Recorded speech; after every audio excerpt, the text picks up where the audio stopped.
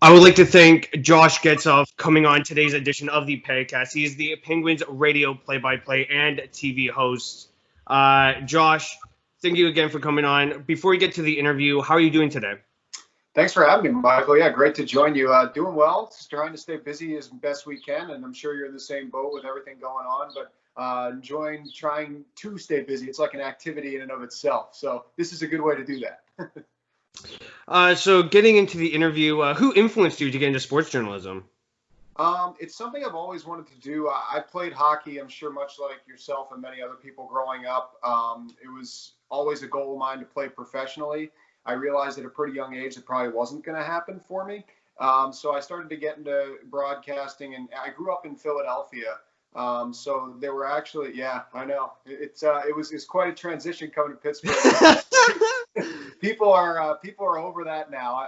I've shed, as you can see, I've shed the black and gold, or the orange and black for the black and gold.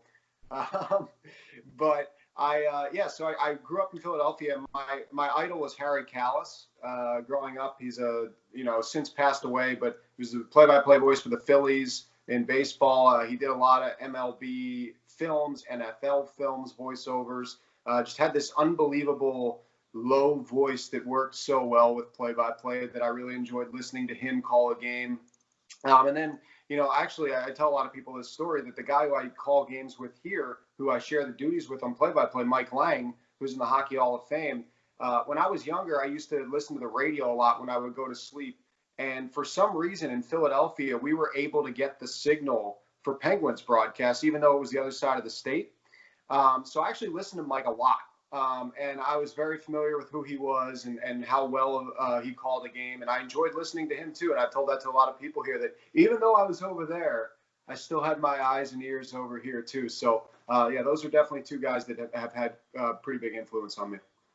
So going back a bit before we get into the present, what college did you attend for sports journalism? So I went to Ithaca College in central New York. It's about I want to say like a little under 3 hours east of Buffalo. So about 3.5, 4 from the Canadian border in that direction. We were on basically Ithaca is two hills and a valley is the town of Ithaca. On one hill you have Ithaca College. On the other hill you have Cornell University. So we had a pretty big hockey powerhouse from the NCAA collegiate ranks right across the way from us that I was able to do a lot of work with when I was there and kind of get, some valuable experience covering a high level program with that. But Ithaca was where I went, loved it. I would not be where I am now without the opportunities and schooling that I got there and the connections that I made there. So that definitely is a place that's near and dear to my heart. How does the pace of play in the NCAA compare to the NHL?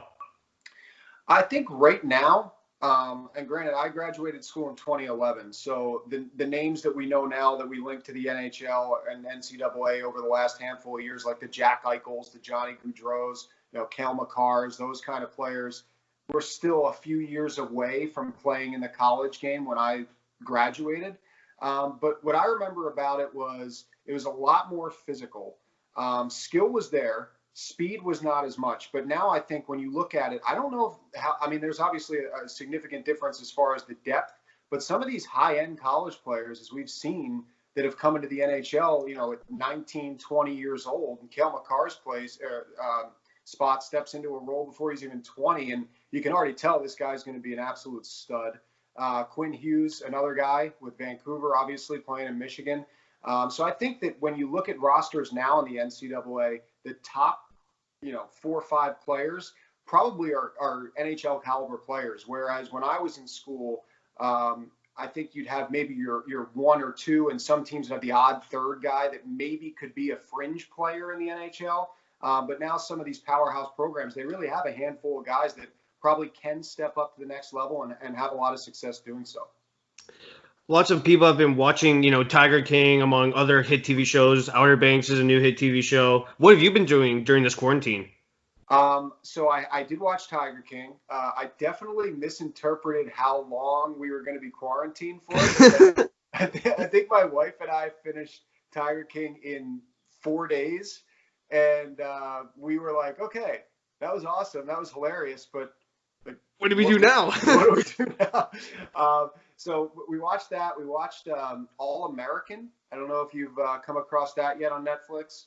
Highly recommend that for you and your listeners and viewers. I will say it's based loosely on a true story of a football player that grew up in California from a not great area, was recruited to play high school football in Beverly Hills, a very nice area, and ended up going to play in college. But it's the story beyond that, and it's, I think, a loosely true story. There's some Hollywood dramatic effect in there, which of course is Netflix specialty, that when an episode ends, you're like, well, what's going to happen? And then you automatically start the next episode. Yeah, exactly. Just go into complete binge watching. Yeah, exactly. You just flip the button and 5 hours go by. You don't even know what happened. But for me right now, the two things that I've been watching, I'm trying to be slower on my binging of them, is Ozark, which I feel like everyone's talking about. Yeah, I heard Ozark is really good.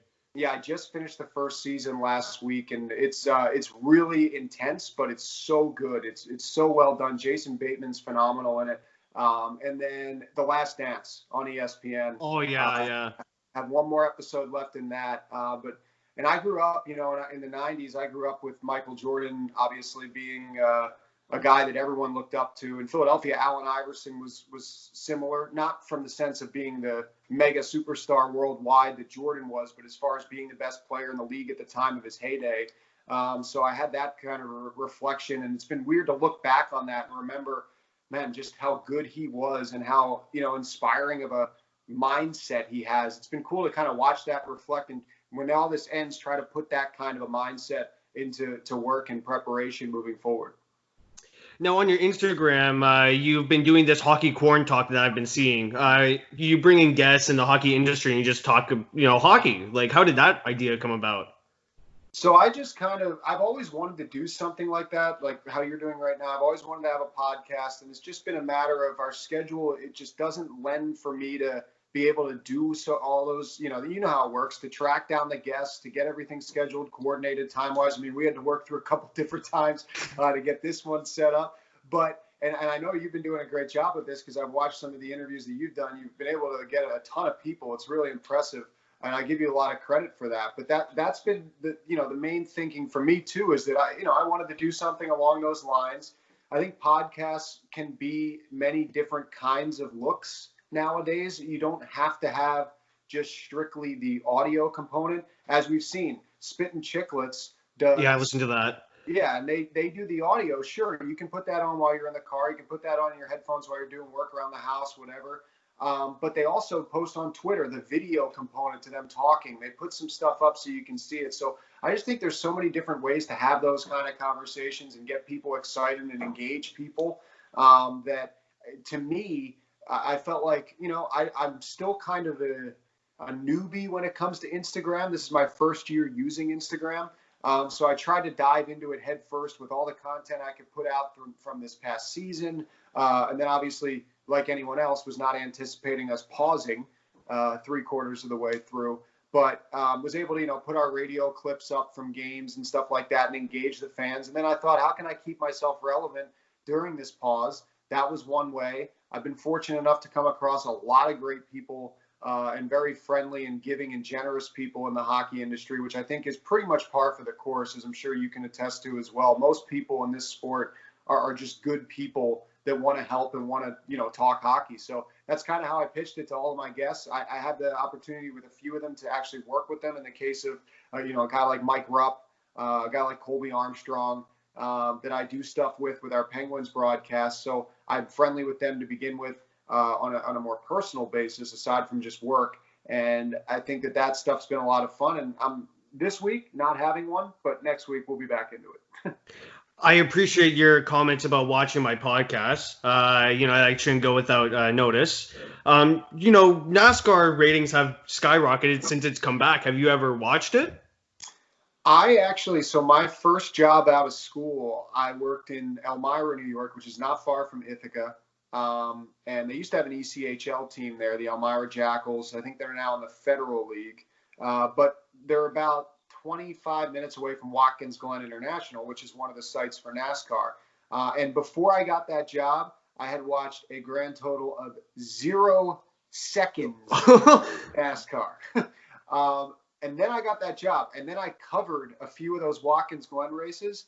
And I still say to this day, you can sign me up to go to a NASCAR race anywhere, anytime. I love the environment. I love the party. I love the aspect of it. And I just love the racing. Like, there's something to be said about just sitting and watching these cars go 150, 180 miles an hour and take the turns and everything. And so to answer your question, yes, I have been watching it. I actually didn't realize the one was last night until I was scrolling through, or Wednesday night, I should say, until I was scrolling through Twitter. And I saw it, and I kind of popped it on for a couple of seconds. But the one this past weekend, I did watch a couple minutes of that. For me, it's hard to watch on TV. I think as some people feel about hockey, I think it's better in person. For sure. But definitely when you're dying for live sports and that's out there, I would encourage people to give it a chance. I think they'd be surprised, because I know I was when I got to see it up close and personal. Did you see what Kyle Busch did last night? I did. Yeah, that was crazy, man. That was pretty wild. That's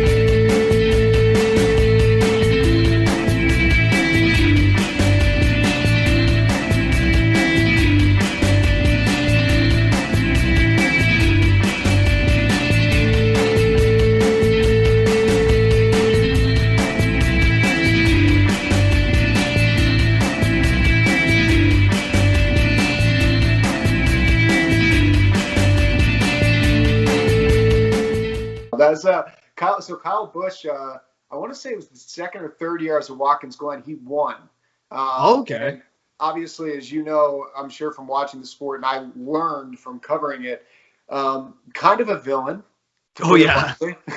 And not really well liked by a lot of the fans. So when he won, it was kind of awkward because a lot of people were booing, and I was just like, what the hell? Like, what's going on? But then you quickly realize the more you watch, and honestly, the more you're around him, he doesn't exude the friendliest persona, to put it lightly. So yeah, that was crazy, to be honest. It was really interesting towards the end of that race. So what were some of the bumps in the road that you encountered, going from where you were in college to where you are today? So for me, like I said, I always wanted to work in hockey. The biggest bump in the road for me was to get over the bump into the hockey world. I just couldn't figure it out. I mean, I had gotten a lot of play-by-play experience. I had reported a lot on hockey in college, as I mentioned, with Cornell. And then obviously my first job covering the ECHL, and at times going down to, at the time, they were the Binghamton Senators, the Ottawa Senators affiliate. And that was only about an hour drive from my first job. So I'd go down there and cover them a lot. Guys like J.G. Pajot were down there, Andrew Hammond.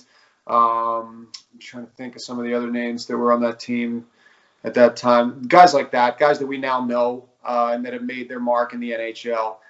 So, I had an opportunity to cover a lot of those guys and be around them and kind of see that kind of aspect. And it just reinforced it more that I wanted to work in hockey and cover hockey. But obviously, there's not a million jobs to do that.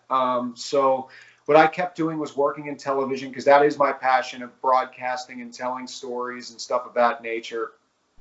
All the while continuing to send out emails to people in NHL organizations, AHL organizations, anything like that, what kind of advice could you give me? What am I doing? What am I not doing, I should say, that I could be doing to put myself more on your radar to joining your organization? Those kind of things. Because that to me was some of the biggest hurdle, just to figure out how I could get working in hockey on a full-time basis. So As I continued to progress through my career, I was able to, rise up the ranks and cover a lot of big time events, both on the television side and the radio side. As I was getting ready to figure out where I was going to go after my last job prior to my Penguins one, the Penguins actually posted a job on Teamworks Online for a radio pregame, postgame, and intermission host, as well as a Pens TV host. And I thought, well, this is what I do, and this is hockey. So I applied for it. I was fortunate enough to get the job, and I've kind of parlayed that into more opportunities that have come about over the last year and a half or so, a couple of years, I guess 3 years now, doing play-by-play. So it's been a lot of growth and a lot of risk taking and chance taking in the process, but it's really paid off. I love the city, I love the organization, and they've been great to me and my family. So. Yeah, that is good. I completely lost my train of thought. Okay. So going with your job, what's a typical game day for you? So a typical game day for me, I'll give you more of an example on the road because I do all of our road games, and I kind of split with Mike Lang at home still. So my tasks at home are a little different, but on road, a typical road game day. Let's say I see your hat. Let's say we're playing Montreal. So I tend to get up anytime between 7 and 7:30 on a game day. I like to work out in the morning. It's the first thing I do. So I go to the hotel gym, or if it's nice enough, which, as you know, in Montreal, most of the time in hockey season, it's not nice enough to go outside for a run. But you Americans don't like our Canadian weather. I've never met more slippery streets than downtown Montreal, Quebec. And I mean that as a compliment. It's the best. It's like you're ice skating to the Bell Center down there. It's great. But so I'll get that workout, and I generally work out for about 45 minutes or so. Come back to my room. We're in Canada. It's no questions asked, slam dunk, Tim Hortons. Gotta get it. For sure. So I get ready to go to our morning skate, cut out a few minutes early before our bus will leave, and then, duck around the corner from where we stay. There's Tim Hortons. Go there, get my bagel, get my double-double. Good to go. Fired up, got all my sugar and caffeine in me. And then go to the morning skate, which, generally for the road team, we don't skate first. It's usually the home team. The Canadiens actually have their practice facility. So maybe that wasn't the best example. But if we're saying teams are in the same rink, the home team will usually skate first. At that time, I kind of pay attention to that. In this day and age with Twitter, if you're not able to get the line combinations right away, they're all going to be there at some point. So I don't stress too much if I'm missing anything as far as line combinations, power plays, and everything like that. And then I'll do my prep in the stands, pick up the game notes, and kind of just start to take notes. What I like to do a lot in the morning skate is just refamiliarize myself, I should say, with names and numbers. If I'm watching the Canadiens, and Arturi Lehkonen will take the puck up the ice and come down the right wing, I'll just kind of in my head, like while I'm watching him, no other thing, just kind of be like 62 Lehkonen 62. Just kind of roll through that with each player as they're going out there, getting your brain moving in the sense of these are the names that you're going to be saying at rapid fire in 8-9 hours from now. So kind of get it going in that sense. And then after that, generally go down, hear the opposing team's coach speak, Claude Julien. Usually, I think the Canadiens talk while their players are still finishing up their skates. So, he'll talk to the media for 15 minutes or so. Then the team generally opens up their room. For me, I like to go in and just kind of, if there's anything that I think is kind of like a, connection with a Penguins player, a connection with Pittsburgh, something of that nature, I like to get that and hear their story of it so I can kind of tell that on the air if the opportunity presents itself. For example, I know he's since been acquired by Pittsburgh, but earlier this year, the Penguins played the Canadiens, and Riley Barber had just been called up, and he's a Pittsburgh kid. So I actually knew him from doing some stuff with him in the past and was able to go down there and talk to him and hear, some stories about what the last 24 hours were like and just take some notes on that. Nothing that I'm doing with a recorder. It's all just kind of writing notes down, little nuggets that I can keep at my side during the game if the opportunity presents itself to say something. And then, after that, get back up in the stands, watch the Penguins skate. That one I'm a little more dialed in as far as with the line combinations, defensive pairings, or whatever are. And I've watched enough practices and been around the Mike Sullivan run team enough that I kind of know when things are going to start, like when they're going to jump into the line rushes, when, for example, when they do power play, their skate's over. After that, they're done. They're not doing anything after that. They'll get a stretch, and then they're off the ice. And then after that, we have a sponsored pregame interview for radio that I have to do with a player. It's about a minute 15. It's nothing crazy, just kind of previewing that game, anything, relative. Like, for example, earlier this year, Chris Letang played in his 800th game against the Washington Capitals, and I did a pregame Fittingly enough. Yeah, right. Seriously. And I did a pregame interview with him about that, just kind of playing 800 and his memories against the Caps. He's obviously had some moments with them. So stuff like that. I try with these players to not make every single interview be about the team you're playing that night and a couple questions about that night, because I just think it gets redundant. If there are other stories that you can work in, like a milestone, like, maybe a guy grew up, for Letang, another example, grew up outside Montreal. If we ever play the Canadiens, that's something else you could talk about with them. For them too, because they're getting asked the same questions by everyone every day. Exactly. We're asking this, how it is. We're asking the same questions. So it gets boring. Exactly. It gets boring, gets redundant. Over an 82-game season, it just gets tiring, I think, mentally. So for me, I try to find little things differently that I can talk about, and they're usually pretty receptive to most things. So that's kind of what I'll do. From that, Sullivan will talk. The locker room, as I mentioned, will open. I'll do my interview. And then we kind of get back on the bus, go back to the hotel for the afternoon. Generally for a 7 o'clock game, there are two buses. There's an early bus and a later bus to the arena. I always take the later bus with my broadcast partner, Phil Bork. And then our TV guys are also on that bus, Steve Mears and Bob Airy. And we get to the arena probably for a 7 o'clock game a little bit before 5. Go upstairs, kind of get stuff situated, maybe get the media meal. I tend to get a big lunch in the afternoon, so I don't eat the media meal. But sometimes in Montreal, you can't not get the hot dogs. They're unbelievable. So we will do that. And then, the game obviously starts at 7. I'll probably get in the booth about 5:45, 5:50. Another solid couple hours of prep. And I should mention that afternoon when I get back, I'm locked in my room for a solid 2.5, 3 hours doing prep and getting things in order for the game. Then I'll do another hour or so before the game, watch warm-ups. As I mentioned during the morning skate, I use warm-ups as a warm-up for myself also. I'll start to, call out plays as I'm watching them. I start to pick up my speed and my cadence when I'm calling things and mention players' names and little facts about them as they're skating so I can get those thoughts rolling in my head. And then, as the game leads up, we do our intro right before 7 o'clock, take it up to the anthems, puck drops, and game's on. And then after a game, generally on the road, we're right out of there that night, depending on where we are. If we're on the West Coast and we're coming back east, we spend the night. But if we're anywhere east of the Mississippi River, we're coming back to Pittsburgh after the game. So it's long nights, but you can't complain. They're awesome. Are you given any sort of rosters? Because you said that you like to run through plays. So are you given any rosters that you can look off? The NHL does a great job, and this is for everyone.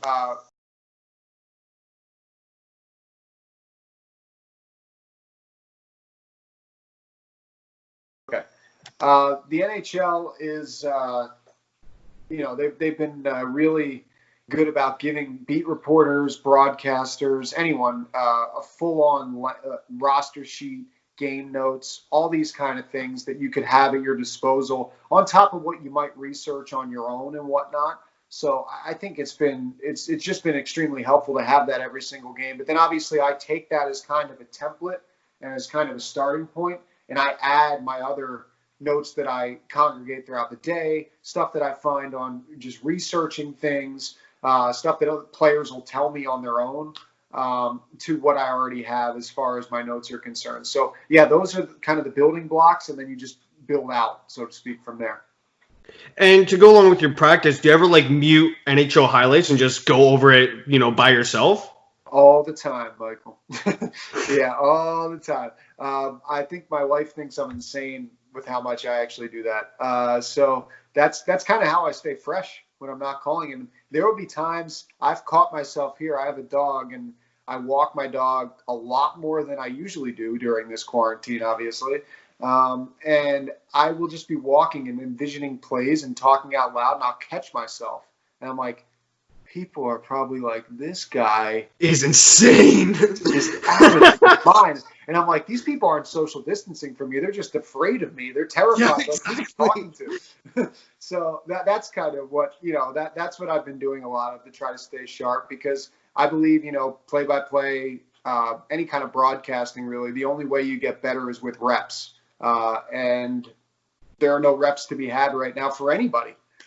So it's kind of been a challenge in that front, but I'm trying my best. So You were part of the on-site production team during the 2010 Hockey Winter Olympics for NBC. What was that experience like? Coolest experience of my life. That was my what was that, spring of junior year in college. So I got out to Vancouver 2.5 weeks before the Olympics. Never had been to Vancouver before. I heard it's really rainy. It's really rainy, but it is beautiful. Like I had never. I think I've been to Toronto. I had been to Montreal. Never had been to. I'm just trying to think of the Canadian cities. Never had really been west of Montreal, I guess, or Toronto, I guess. And to get out there, it was unbelievable. Probably one of my favorite cities to go to in the NHL right now, for many reasons. But going out there a couple weeks early, we started to build a lot as far as the sets were concerned. We started to get things in order as far as, rundowns and where people needed to be on certain nights and everything like that was concerned. And I should mention that when I found out I was going to work the Olympics, it was technically an internship. So okay. So it was a pretty cool internship, but I was listed as a runner. So I was like an employee of NBC Sports. They just give it to you as an internship to put on your resume. And in that stage, you're like, oh, this is the best internship ever. Exactly, especially since it's the Winter Olympics. Exactly. So I remember when I first found out I got it, I was like, man, it would be just so cool if I could get hockey. But I'm not going to kill myself and be upset about it if I don't. Like, there's so many cool sports to see. I remember I got the email, and when I did my interview, they asked me if I was interested in the sport. I was like, I grew up playing hockey. It'd be my sport that I would love to work, but the Winter Olympics are the Winter Olympics. If I'm in figure skating, I still would think it's pretty cool. And I remember I got the email that I was going to work not only hockey, but the opening and closing ceremonies also. Ooh. So I lucked out. I mean, I couldn't have had – I'm sure you feel the same way. If you're a hockey person, to get those things, that was the coolest thing ever. Like, I was in the building. I don't know if you remember for the opening ceremonies when the skier jumped through the rings. Yeah, that was cool. I was in the building like when that happened. That was pretty cool. And then obviously the closing ceremonies were right after Canada won the gold medal. So that was just chaos, in a good way though. A lot of fun. And yeah, so that was just an unbelievable experience. I got to see so many things, and really appreciate the Olympics. It's actually become a career goal of mine to be able to call the Olympics, not hockey necessarily. I mean, hockey would be great, but just to be able to be a part of a broadcast, even if it's the most minute sport in the whole landscape and no one's watching, just to be able to be there again. I hope to be able to do that again in my lifetime, because there's no event in the world that's like it. It's just really cool to see all these people come together from all these different countries and the passion they have for their countries, and athletes that you're familiar with and athletes you've never heard of who you become fans of because you get to see live and in person and appreciate their greatness and just how incredibly talented they are at their respective sport. And for me, I mean, like that was like the coolest part of it. We would get to go see a lot of the events going on, like the speed skating. We didn't have a lot of downtime, and I think like when you're that young and when you're just excited to be there, every second of downtime is not a chance to like take a nap. It's like, let's go somewhere, like let's see something. So like for us, it was we went to curling, we went to speed skating, we did figure skating, like because we had the badges so we could get into the building. And, even if it was to see 30 minutes, like everything was the coolest thing in the world to me. Like I didn't really care. So, but yeah, it was an unbelievable experience from start to finish. I was out there for a month and a half in Vancouver, and I loved every second of it. The coolest thing of all of it was that I had the seat as a stats guy and a runner for the gold medal game right behind Doc Emmerich and Eddie Olczyk. So I was literally sitting behind. Wow. Yeah. So the funny part about that is, and I've told some people this story before, is that obviously, as you know, Canada was leading in that game late in the Yes, contest. they were. Now, there was a commercial break, and it was different then because you had the international broadcast. They run everything across the way, and everyone has the same little ticker at the top, regardless of what outlet you're broadcasting from. And they reinforced this is a very neutral event. Oh yeah, like I must have thought like it is so hard to keep, like you're an American, I'm a Canadian, so it must have been so hard to keep it like unbiased as possible. Yeah, so like that's what I was like kind of watching Doc Emmerich and Eddie Olczyk, and Edzo, obviously he played for Winnipeg. Like I think he has a lot of love for Canada. Who doesn't that loves the sport of hockey? Like you guys have brought so much to the table from start to where we are right now. Well, I mean 95% of the Penguins or like any other NHL team is Canadian, so yeah, and the staffs too. There's a lot of people from Canada, so and a lot of my good friends are Canadian too. So that game was, that was a crazy game. And when Zach Parise scored to tie that game late, I remember we were told to keep it quiet, like keep our cool. And when he scored, just because of the stage of that goal, the whole NBC booth was like, and it was so quiet around us, obviously. yeah. And people were looking, and I just remember being like, oh my God, like I think like in the moment, which I realize now, it kind of hit me like this is a game that I'm watching that people are going to be talking about this game for the rest of my life because of how close these teams are, how exciting this game is. And this is before Sid scored the golden goal. Oh, like, for sure, yeah. Like this is just like gold medal game, U.S.-Canada, first time they're ever matching up in a gold medal game. It goes to overtime, for the men's side, I should say. Yeah. It goes to overtime. And, honestly, I've heard some of the guys from the U.S. team talk about this, and I felt the same way. I thought the U.S. was going to win because they scored that goal. Well, they had all the momentum going. Yeah, right. And you're thinking, Ryan Miller's playing out of his mind. Oh, for sure, yeah. They tied this game. Canada was that close, and now they have to come back on their home ice. There was an uneasy feeling in that building because I think people were just like, oh, my God. It's overtime, one shot costs you the game. Right. And then Sid scored that goal. And I have to admit, even when he scores the goal, and I still, as I'm telling you it now, I got such chills in that moment because, it was – I still say to this day, it was as loud as I've ever heard anything in my life because, that was a country. That wasn't a team. That was literally, you had probably people in that building from Toronto. There were Team Canada, people from the Yukon. Yeah, probably just out of nowhere. Yeah, and going insane and hugging each other, and I just remember looking around and being like, "This is I was upset that the U.S. lost, but not upset." How could you be upset? It's a moment that everyone's going to be talking about. But at the same time, you're for the sport of hockey, because remember, so many people were watching that game, so many people had their eyeballs on it. To have that kind of a game on that kind of a stage, and obviously to have the best player in the world score to end it, it's like a storybook. It was so cool. That was one of the coolest things ever. And then I remember they have a main drag in Vancouver, Main Street, called Granville Street. And I walked out I actually posted some pictures from this on my Instagram on the anniversary this past year of Sid's goal. And I walked out that night, and it was bedlam. People shoulder to shoulder, Canadian flags everywhere, sparklers in the air. I just took a couple pictures at the time because I was like, "This is cool," but I'm so glad I did because it's just crazy to think that I was there and when you see these replays, you're like, "Oh, I remember exactly where I was sitting. I remember seeing, Doc and Edzo as the puck came to Jerome McGinley in the corner."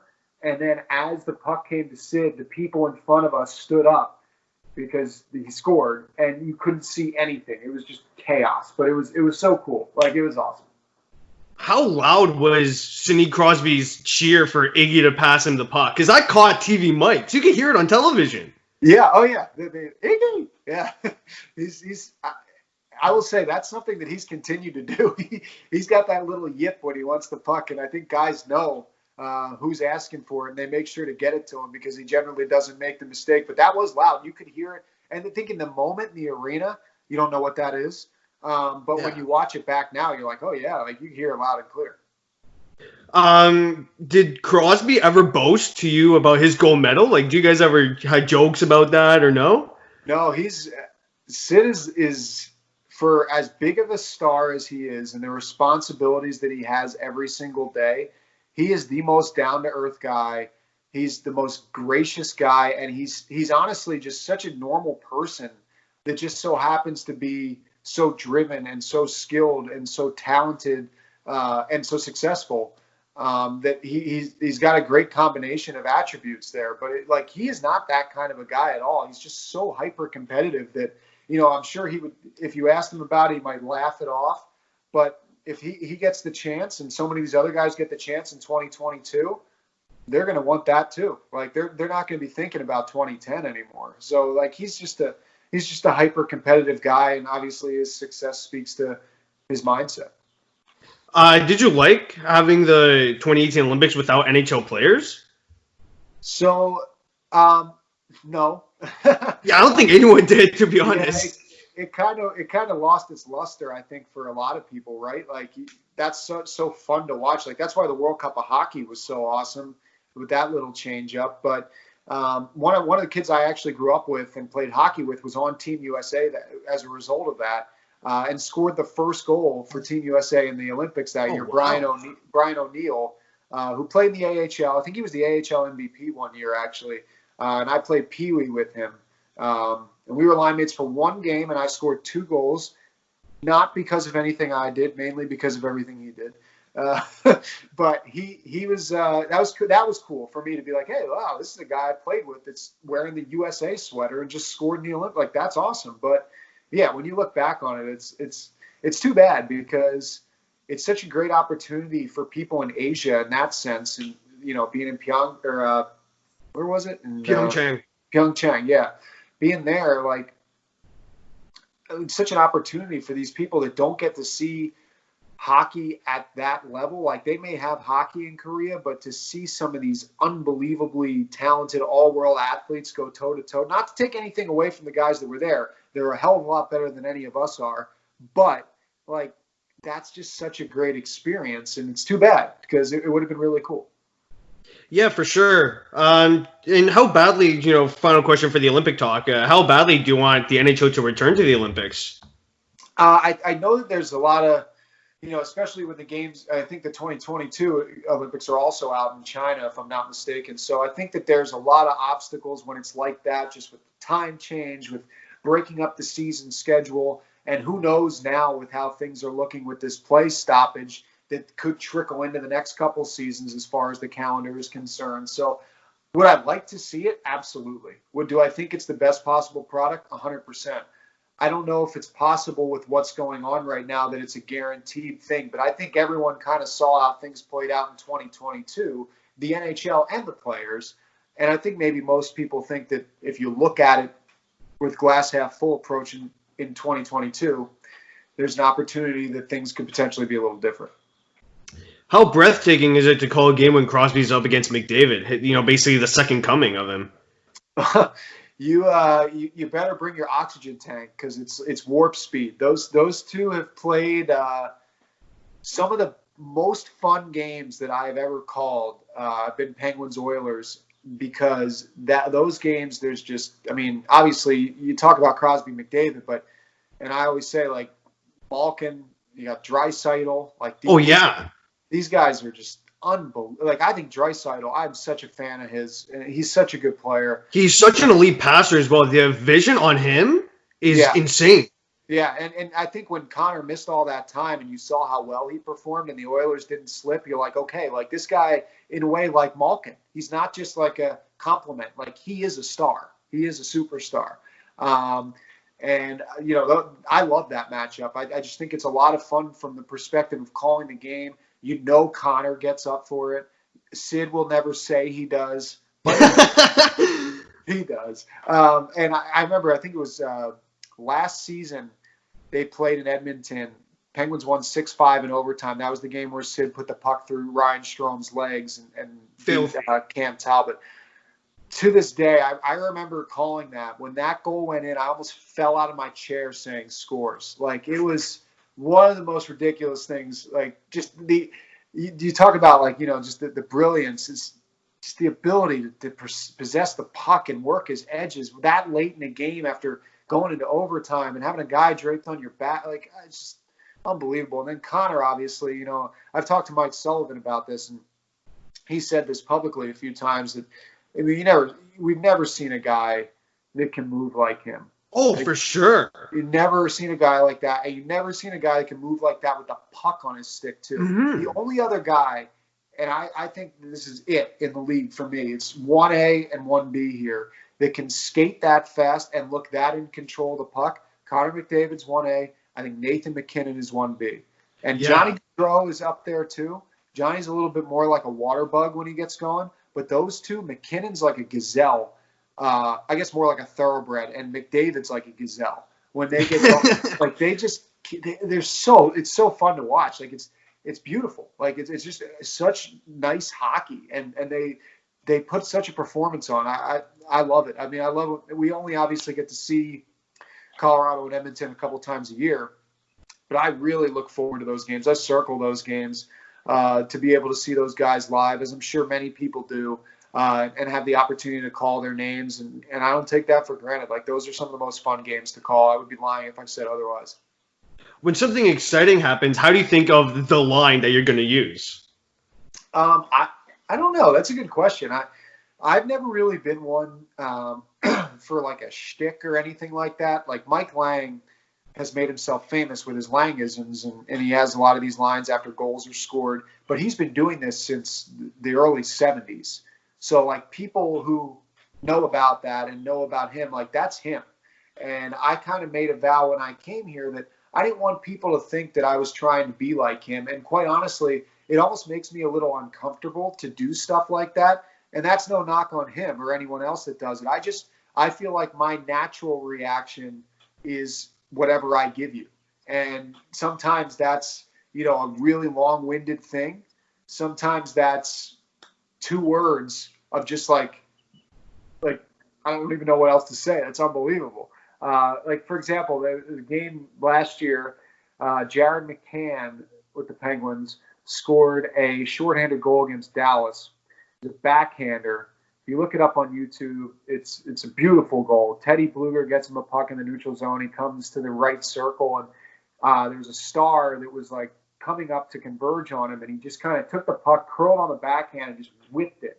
And he beat, I think it was Anton Hudobin was in goal for Dallas, beat him. And I don't even remember, I said something along the lines of like, Jared McCann, oh my goodness, like something like that after he scored. And I didn't say another word. And I didn't really think about it, but then I'm watching later that night, like the highlights on NHL Network, and they took my call and put it over it, and I was like, it worked. Like, it was perfect for what happened there, because I didn't need to say anything afterwards. Like, anyone who watched that goal or saw that goal was like the same reaction, like, holy smokes, what do I even say? And so that I think is important, letting a play breathe, letting a moment breathe. But then there obviously are times where there's an overtime goal and there's a little bit more that needs to be said and stuff like that. So I try to not have a line per se ready to go, more so a thought or something of that nature. But I definitely try to not be scripted, because I think from a play-by-play perspective, when you get a little scripted, that's when you can try to trip yourself up a little bit, because you're overthinking it too much and not letting things just come to you. Yeah, I can definitely see where you're coming from. You want to just stay as natural as possible. Definitely, yeah. What did it feel like being part of the Penguins team winning the Stanley Cup in 2016?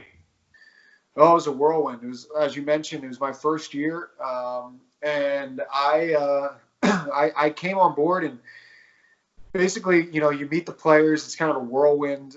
You go through everything as far as the regular season, and that season was not easy for the Penguins. It started off kind of mediocre. They had just gotten Phil Kessel from Toronto. The expectations were through the roof. Marc-Andre Fleury was banged up midway through the year. Matt Murray comes in. We all know how that all ended up playing out. But also, Mike Johnston was the head coach of the team to start the season. And he was fired in mid-December. I remember thinking, like, wow, what did I walk into here? Like, this team was so much talent, should be so much better than they are right now. But here they are, they're 10th in the Eastern Conference at the Christmas holiday. They're 10th in the Eastern Conference at the Christmas holiday, and now they're hiring and bringing in this Mike Sullivan. And I'm like, okay, well, I don't know much about Mike Sullivan other than he used to be John Tortorella's right-hand man. And I've gotten to know Sully really well, and he's an unbelievable guy, like really, really nice guy. Obviously, success speaks for itself, but he took over that team, and he brought about a new mindset. And I think he had a nice perspective having coached against them for so long with the Rangers. He knew these guys, and he told them, this is your reputation. This is what people think about you. People know your buttons are easy to push. They know you're easy to get off your game. Let's change that. Let's just play the way we know. You have so much talent on this team. You have so many guys that can play at a high level. If you just play the game and don't worry about any of the extra crap, you're going to be successful. And they did. And the team they played that year from Washington, that was one of the best teams that didn't get out of the second round probably in NHL history, that Capitals team. They were unbelievably good. Then they played the Tampa Bay Lightning, who had just been in the Stanley Cup final the year before in the conference final. Another great team. Took them to the wire, 7 games, win that series. And then obviously San Jose was a difficult team as well, although I think the Penguins were the better team as evidenced by the series, but they were a challenge in their own right. So that was an unbelievable experience to go all the way through, to get to experience everything from going to the Stanley Cup final, being in the Shark Tank, everything that came with that. It was a lot of fun. I had a great time, and obviously winning was never how I imagined my first year going. I was just excited to be there, but to be a part of it, and then the next year do it all over again, it was awesome. Do you receive any Stanley Cup ring? I do. I have 2 rings that are in the safe, and I occasionally will take them out, but most of the time I'm afraid I'm going to drop them and break them, so they sit in the safe. That's probably the safest idea. Yeah. Does home ice advantage play a big factor in the playoffs? Yeah, I think it can. I think that it can work in 2 ways, right? Like, I feel like if you have a place, like, for example, Nashville in 2017, I think teams knew when they went into Nashville that year, you're in for it. Like, for sure, because they had like the whole 300 section chanting the goalie's name and whatnot. Right. Yeah, right. Like you knew this is going to be a tough environment. This is going to be a hostile environment. Washington is a lot like that for the Penguins in particular. Going in there, you're going to have your fans in the stands, but that arena hates you. And it's going to be really difficult to go in there and win. But there are some teams that generally are the best teams that find ways in those environments to get it done. And that's why I say I think it's a double-edged sword, because you can have all that emotion and that energy and that excitement, and you can draw upon that in a positive as a team and win and have a lot of success on home ice. But then there's the other side of the coin, where you could be a team that hopes for that. And if you fall behind in a game, you start to be a reflection more of the fans kind of sitting in the seats a little uneasy, and that tension in the air, and that filters into your game on the ice. And then suddenly you're almost like wishing you were on the road, because you're nervous and you don't want to mess up anymore in front of the fans. So I think that it can work both ways. But I do think it is a clear aspect, especially in hockey, maybe more so than any of the 4 major sports, football up there as well, but in the U.S. at least. But hockey, I think home ice is so critical. This past All-Star game, the NHL Child player and puck tracking, what are your thoughts on that? I think it's going to be really interesting to see how that sticks and if it sticks. Funny side story: we had a guy on the Penguins this year, Anthony Angelo, actually played at Cornell in Ithaca, New York, and he scored his first NHL goal with one of the tracking pucks, and did not know that it was. No one knew. The NHL doesn't advertise. Oh, right, yeah, they implemented without sending a memo. Right, they just wanted to see how it would work. So they went to get the puck after the goal. And after the game, the NHL came and said, "We need the puck. You can't keep it. We have to get it for our tracking stuff." And he's like, "Well, it's my first goal puck." And they said, "Well, I'll just give you a different puck from the game." So the NHL took the tracking puck back and gave him a different puck. So that is amazing. Yeah, his first goal puck was a tracking puck. I'm not sure if that ever ended up getting reversed. I don't want to blow the NHL out of proportion for that situation, but I just thought it was funny that his first goal was with this puck that he didn't even know was on the ice, and he had to get it taken from him. So, yeah, that was interesting. But I think it's a good idea. I mean, anything to improve the game, improve like people's understanding of what's going on during the game, to make it more of a comprehensive product, I'm for it. And I think those two aspects are definitely things that can, push that in that direction without being big obstacles for anything that happens during the course of gameplay. How important is it building the relationship with the player being off camera? In my role, I think it's really big, mainly because a lot of times, as much as I'm around these guys and as much as I talk to them and interview them, the biggest interaction that we have is sometimes when they're not playing or injured or a healthy scratch and they're listening, or they're listening to a replay. And if I'm saying something that maybe is critical of a teammate or critical of somebody else, and I don't have their respect and I don't have their, their friendship and the knowledge that they know that I know what I'm talking about, that's when you can go down a tricky path, because then they can take it personally and they can get annoyed with you and not want to give you the time of day. So I definitely think that's important. I've always been of the perspective, just coming from a reporting background myself, that relationships are so important to begin with. You cultivate those over time. They're not something that's built, even for me, not something that's built in the season. I've been with the Penguins now for 5 years. I really feel like I have a good relationship with the players now. If you would have even asked me after the 2 cups, yeah, of course, when you win, everyone's happy. But as far as being friendly with all of them and really knowing them all, it takes time. It doesn't just happen overnight. It doesn't just happen over the span of a couple months. Traveling with the team and being with the team helps in that department, but you have to take advantage of that in a way to, become friends with them and friendly with them and build those relationships. So those are the kind of things that I think are very important, and I definitely take it to heart for my role. Like you said, you're on the team a fair amount. Do you ever think the players get annoyed by the constant media? I think they get annoyed by maybe the excessive repetition of some questions. You know what I mean? They know that that's part of their obligation and part of the Players Association obligation, that they have to do media. But when it's the same questions over and over again, and I can understand why they would get annoyed about that, but I don't think they get annoyed by the media per se. I think it's just more if it's been a bad game or a stretch of bad games and they're answering the same questions over and over again, it's more like, hey, guys, come up with something else to talk about. Here I am to talk, but I don't want to answer the same things. There's got to be some other questions that you can ask. Right, exactly. And there always are. So the NHL and local media outlets are replaying past games until the NHL starts back up again. Are you getting bored of those reruns?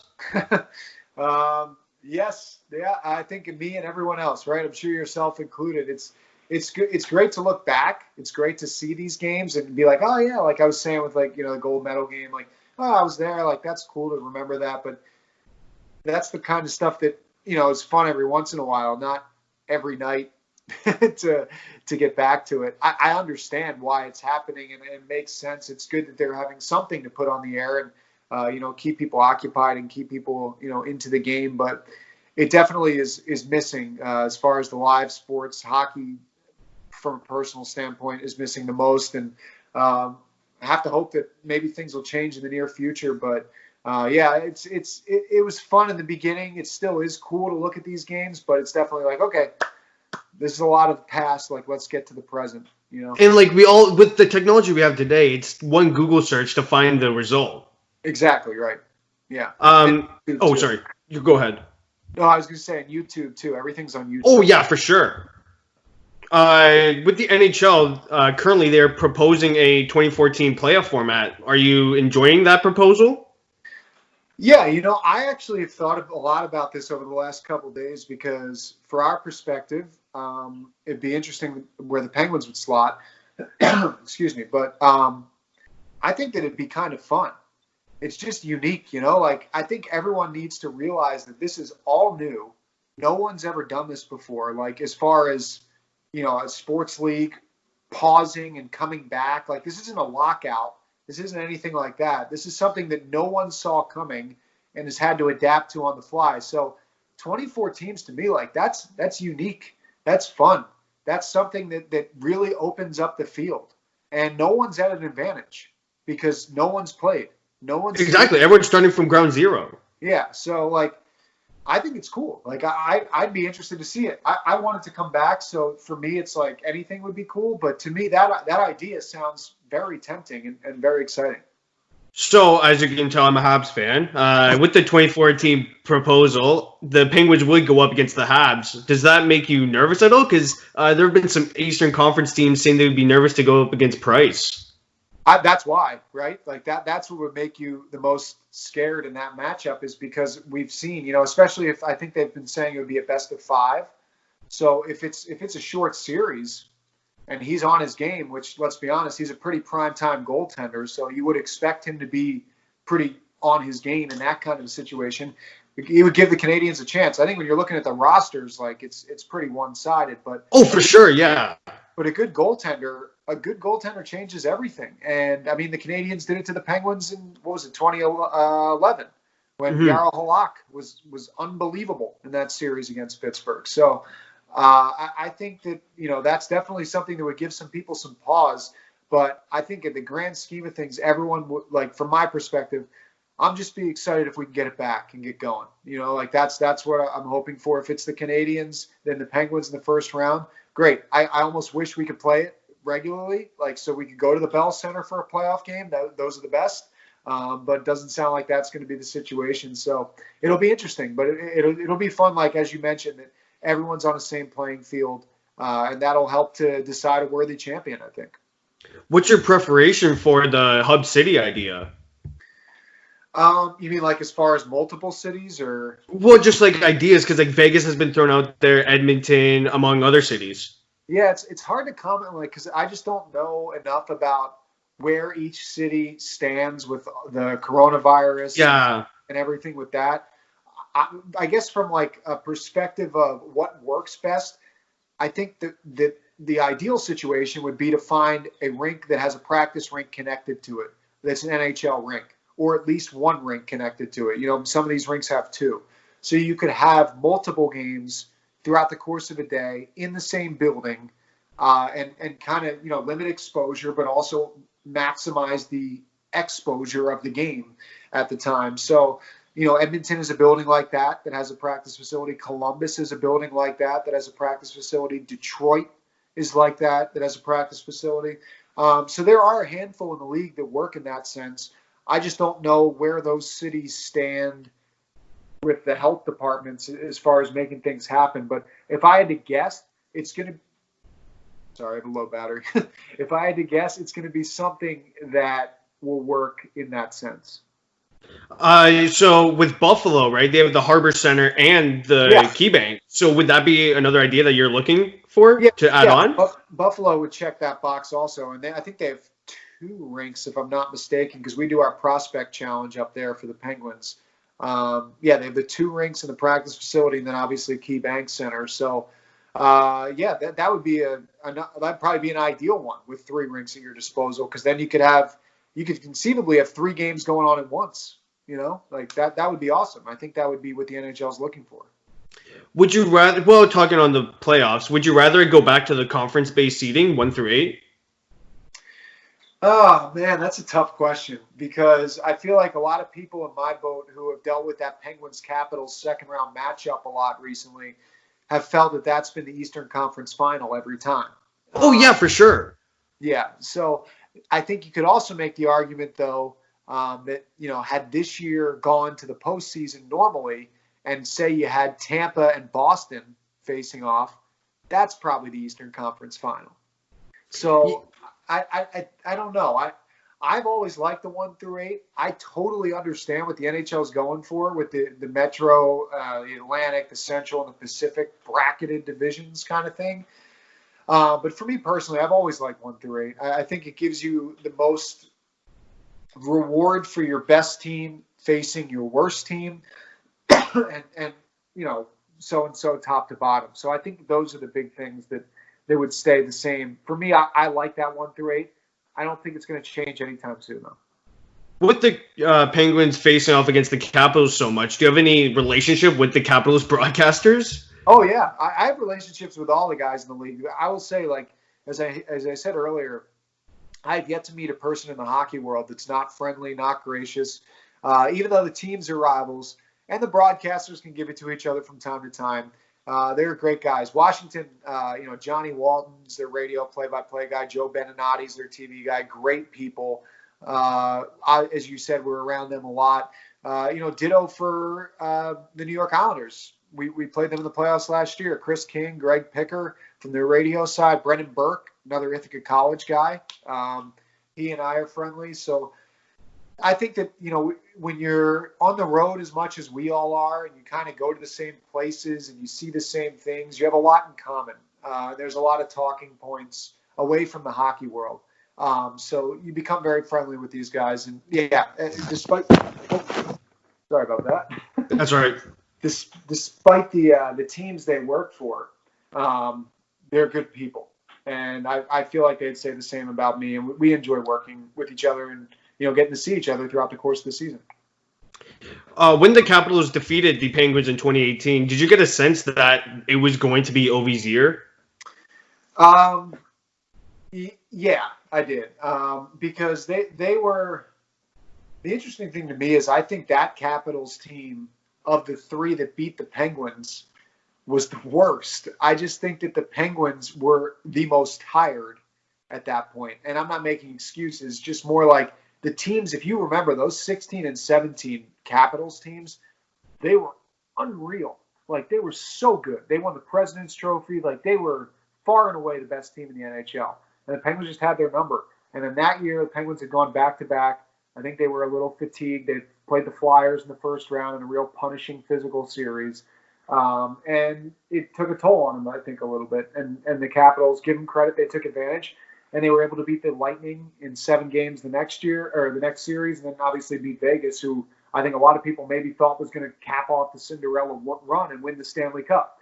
That team was you could tell, and especially Alex Ovechkin, like he was ready to make that step. He had obviously suffered through a lot of heartbreak in his career, but he was blocking shots, doing the little things throughout a series and a game to make a difference, and he was a captain. I mean, the truest sense of the word. And I've said to this day, I've said in a lot of different interviews that win and that cup win was the best thing that could ever have happened in the Penguins-Capitals rivalry, because it gave the Capitals something, because a lot of people talk about that rivalry, and I'm of the opinion that it's hard to label something a rivalry if it's totally one-sided. And the Penguins had all the cups, and they had all the series wins except for one. I think they had won 9 of the first 10 series meetings, and they won the 5 cups. Capitals had never won. Then they did, and they beat them in the playoffs en route to winning it. So I think that was important for the rivalry, and I'm glad that it took another step forward as a result. No doubt about it. The first round matchup was against the Flyers. Did you have any encounters with Gritty? I've had one encounter with Gritty, but it was not during the playoffs that year. Last year, Stadium Series game, the outdoor game at Lincoln Financial Field. The day we got there, both teams practiced outside. They had like their family skates at ice level. And Gritty was walking around on the concourse. And I was kind of like, whoa, it's Gritty. And he had his security guards with him. But I said that out loud. And he just got right up in my face and stared at me. And I was like, hey, Gritty. And And then he just kept walking and moved on. And I was like, that was bizarre. But like, he's as you've seen in the videos and photos, like he is a goofy looking dude. The one thing that I did not realize, he's huge. He looks huge. Like he's like 7 feet tall. So when he leaned down and looked at me, I was like, whoa, hey now. And then he moved on. So yeah. When the NHL comes back, how are you going to adjust to staying 2 feet away if that's the precaution? I don't know. That's a good question. I have my headsets here that I'll be bringing with me to limit that as far as using the same headset as other broadcasters. Probably keep our notes 2 feet away. That's probably what we'll do with me and Phil Bork to keep our distance in that sense. But when you're in that situation, like you and I talking right now, there's a lot of stuff flying through the air, just the reality of it. That's what happens. So I guess you'll kind of cross that bridge when we come to it. Hopefully it's a problem we have to deal with. That's all I can say. How do you envision your calls? How do you envision yourself calling the game with no fans in the stands? That's going to be different. I think we'll probably ask our radio engineer to crank up the sound effects at ice level so you can hear the sticks and the pucks a little bit more and the boards rattling and stuff like that, because you don't necessarily – you hear that stuff, but it's kind of like – a faint noise, Yeah, right, like a faint background noise along with the fans and stuff like that. So that's going to definitely be a weird adjustment. Just even – it's one thing to call a game. It's another thing to look around an arena while you're calling a game and it be empty. Like that's going to be strange. And I'd be lying if I said otherwise. So if that is what happens and we do come back to that, which I think would be the case if we came back, I'd be very curious to see what it would be like. But it's definitely going to be something that I will be adapting to on the fly. That's for sure, because I've never done it before. No one has. The most recent game played without fans was in 2015. The White Sox played against the Orioles in Baltimore. Can you imagine how crazy a conversation would be with a player from 2015? Yeah, I can imagine it'd be pretty insane. So I do think the ice level is going to pick up quite a bit of commentary, if you catch my drift, for what these guys say to each other during games. So that's going to be the TV and radio's problem to figure out how to censor some of that stuff. But because we know they have their words out there. You can read their lips easy enough. So I'm curious to see how that all plays out, but it'll be cool. So final question here. Do you have any advice for aspiring journalists? Yeah, I would always say that the biggest thing, as I mentioned earlier, in anything you do from a journalistic perspective is getting reps, is doing what you're doing right now, asking questions, doing shows, writing blogs, fake play-by-play, anything you can do to continue to get reps, to continue to get the muscle memory moving and get yourself better can help you. The other thing is don't be afraid to reach out to people. Don't be afraid to ask for advice. Don't be afraid to send your stuff and send your materials to people for critique. You'd be surprised how many people are going to get back to you and how many people are going to give you advice and give you thoughts on what you can do better and how you can improve. I know it helped me. And I know it'll help a lot of other people too. All right. Well, I'd like to thank Josh Getzoff for coming on today's Pagcast. Thanks for having me, Michael. Appreciate it.